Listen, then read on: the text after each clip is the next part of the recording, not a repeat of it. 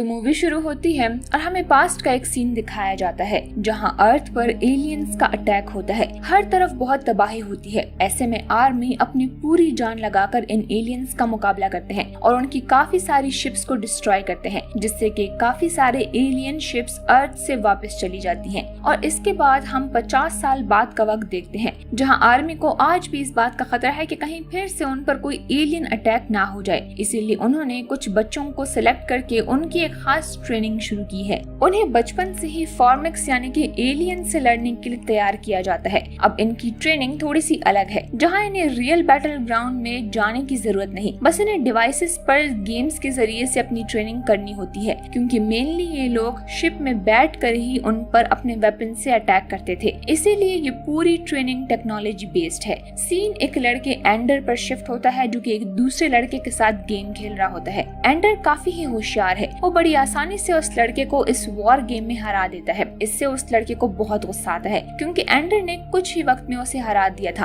वो एंडर से कहता है कि तुमने चीट करके मुझे हराया है, मैं इस गेम में बहुत अच्छा हूँ, तुम मुझे हरा ही नहीं सकते, इतनी ही हिम्मत है तो दोबारा मेरे साथ खेलो। मगर एंडर को उसकी बात पर बहुत गुस्सा आता है और वो मैच खेलने से मना कर देता है। अब उसकी ये सब एक्टिविटी उसके सीनियर ऑफिसर्स देख रहे होते हैं और एंडर की इस स्किल से वो बहुत ही इम्प्रेस होते हैं। अब वो एंडर को ऑब्जर्व करना चाहते थे। जब एंडर रूम से बाहर आता है तब उसके लिए अनाउंसमेंट होता है। उसे एक लैब ले जाया जाता है। इन सभी बच्चों की गर्दन पर एक खास तरह की चिप लगाई गई है। यहाँ पर एक नर्स उस चिप को एंडर की गर्दन से निकाल देती है। एंडर को लगता है कि शायद उसे इस मिशन से डिसमिस कर दिया गया है। वो बहुत ही उदास हो जाता है। जब वो लैब से बाहर निकलता है तो वही गेम वाला लड़का अपने दोस्तों को लेकर एंडर को मारने आता है, मगर एंडर भी उसे सबक सिखाता है और फिर उसी दिन वो वापस अर्थ पर आता है अपनी फैमिली के पास। उसकी फैमिली में भी सभी काफी अपसेट थे, खासकर एंडर के फादर, क्योंकि वो खुद भी कभी इस मिशन का हिस्सा बनना चाहते थे मगर वो कभी नहीं बन सके। वो चाहते थे कि एंडर की सिलेक्शन हो, मगर वो एंडर को हौसला भी देते हैं और कहते हैं कि सब ठीक हो जाएगा।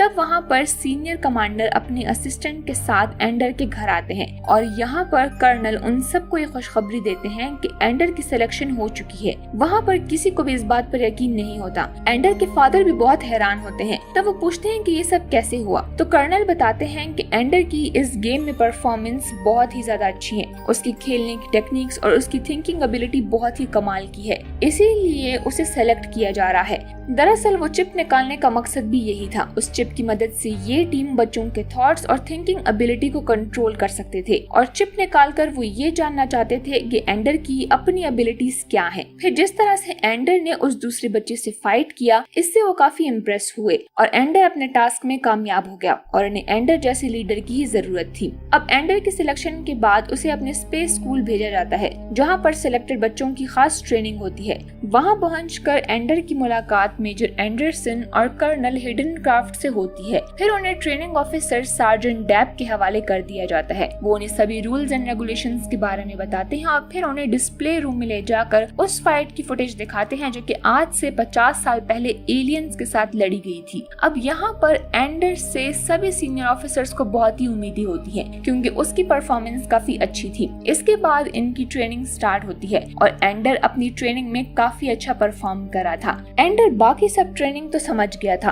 मगर उसे कुछ तो कमी लग रही थी। उसके जहन में ये सवाल था कि उन्हें वो स्ट्रेटेजीज क्यों नहीं बताई जाती जो कि आज से 50 साल पहले ली गई थी एलियंस को हराने के लिए। खैर, अब एक दिन एंडर एक न्यू गेम खेल रहा होता है, जहाँ पर एक डीमन उसे 2 ग्लासेस में से एक को चूज करने का ऑप्शन देता है। उन दोनों ही ग्लास में जहर था, इसीलिए एंडर उनमें से कोई एक चूज करने के बजाय सीधा डीमन की आंख पर वार करता है, जिससे कि वो मारा जाता है। और उसकी ये सब एक्टिविटी सीनियर्स भी देख रहे होते हैं और वो समझ जाते हैं कि एंडर हमेशा न्यू पॉसिबिलिटीज को ढूंढता है। वो सिर्फ उसी चीज पर स्टिक नहीं करता जो कि उसे करने को कहा जाए। अब उसकी स्किल्स को मजीद पॉलिश करने के लिए कर्नल ऑर्डर देते हैं कि एंडर को सीनियर ग्रुप में शामिल किया जाए और इस ग्रुप का नाम होता है सैलेमेंडर ग्रुप। एंडर उस आर्मी के कैप्टन बोन्जो से मिलता है, जो कि एंडर से मिलकर खुश नहीं था बल्कि वो नाराज होता है, क्योंकि उसे एंडर बिल्कुल भी पसंद नहीं होता और वो उसे दुश्मन समझता है, क्योंकि एंडर अभी बहुत ही छोटा है। लेकिन बोन्जो ने अपनी ट्रेनिंग करके आर्मी को नंबर 1 बनाया है। वो एंडर को बहुत ही छोटा महसूस करवाता है और उसे बहुत ही बुरे तरीके से ट्रीट करता है।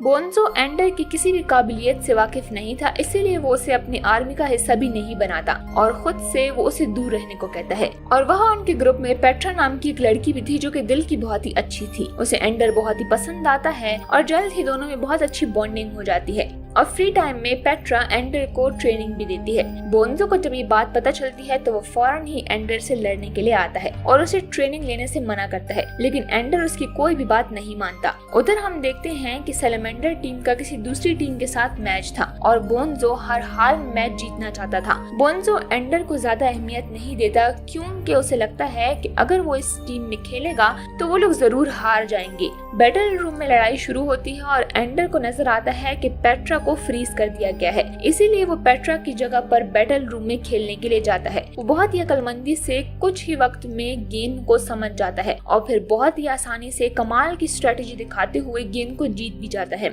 एंडर के समझदार लड़ने की टेक्निक्स को देखकर ऑफिसर बहुत ही खुश होते हैं। उसकी कमाल की खूबियत देखकर वो उससे बात करता है और अपने खुद की आर्मी बनाने को कहता है जिसको कि वो लीड करने वाला था। एंडर बहुत ही एक्साइटेड होता है और जाकर अपनी टीम बनाता है। काफी लोग उसकी टीम में आ जाते हैं और वो अपनी टीम का नाम ड्रैगन आर्मी रखता है। एंडर की बहुत ही अच्छी टीम होने की वजह से वो लोग दोबारा से एक गेम में जीत जाते हैं और वो सैलमेंडर आर्मी को बहुत ही बुरी तरीके से हरा देते हैं, जिस पर कि बोन्जो को भी बहुत ही गुस्सा आता है क्योंकि वो लोग पहली मर्तबा किसी आर्मी से हारे थे। बोन्जो को इसीलिए भी बहुत गुस्सा था क्योंकि एंडर को अभी आए हुए कुछ देर ही हुई थी और उसने आते ही बोन्जो को हरा दिया। बोन्जो खुद पर काबू नहीं कर पाता और वो गुस्से में एंडर पर हमला कर देता है। एंडर बोन्जो से लड़ना नहीं चाहता था, इसीलिए वो उसे चकमा देकर वहाँ से जाने की कोशिश करता है, लेकिन बोन्जो उसे फिर भी पकड़ लेता है। एंडर खुद को बचाने के लिए बोन्जो को खुद से दूर करता है, लेकिन वो जब नहीं होता तो बोन्जो लड़ते हुए नीचे गिर जाता है और उससे उसके सर पर बहुत ही गहरी चोट आती है और खून भी बहने लगता है।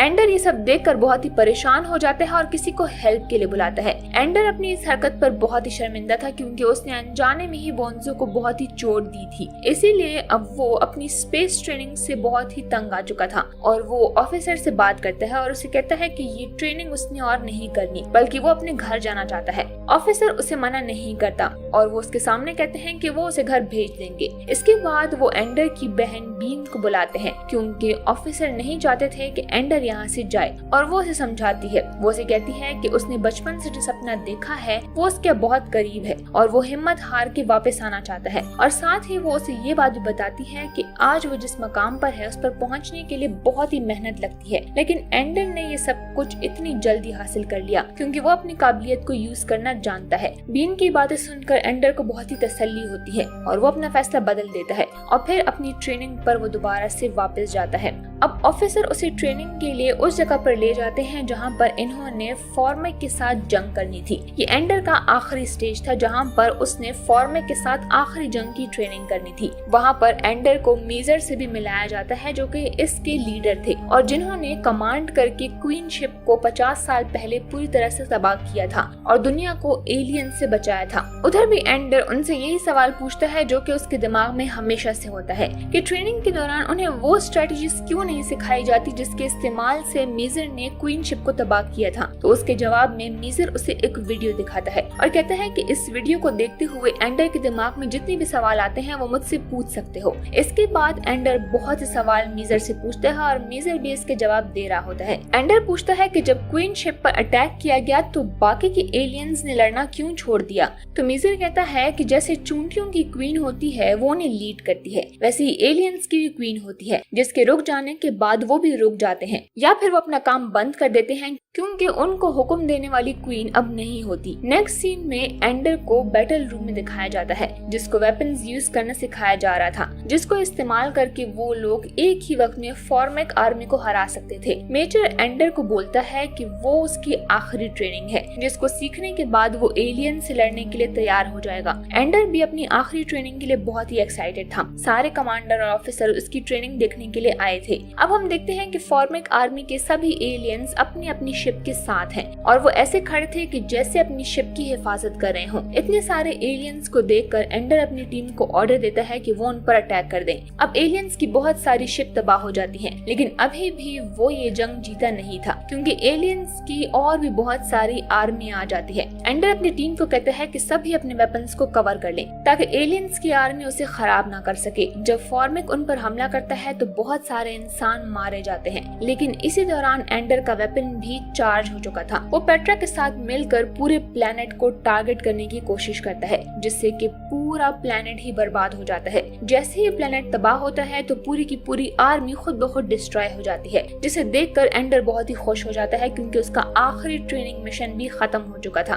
तभी यहाँ पर एंडर को मालूम होता है कि ये कोई ट्रेनिंग नहीं थी बल्कि सच में ही फॉर्मिक आर्मी थी। लेकिन एंडर इस बात से बहुत ही दुखी हो जाता है क्योंकि उसने पूरे प्लेनेट को तबाह कर दिया था। ऑफिसर उसे बहुत ही समझाते हैं लेकिन वो किसी की बात नहीं सुनता और वहाँ से चला जाता है। अब जब एंडर सो रहा होता है तो उसे आर्मी की क्वीन कांटेक्ट करती है और जब वो उसके प्लेनेट पर जाता है तो वो उसे बताती है कि वो सब के सब इंसानों से मदद लेने के लिए आए थे, लेकिन इनको लगा कि ये लोग उन्हें मारने के लिए आए हैं। फॉर्मिक प्लेनेट पर पानी खत्म हो चुका था, इसीलिए वो लोग अर्थ से थोड़ा पानी मांगने आए थे। एंडर अपनी गलती पर बहुत ही शर्मिंदा होता है और क्वीन से माफी मांगता है और उनकी मदद करने का वादा करता है और फिर वो उनकी प्लेनेट पर जाता है ताकि वो उनकी मदद कर सके। और इसी के साथ ही मूवी यहीं पर एंड हो जाती है।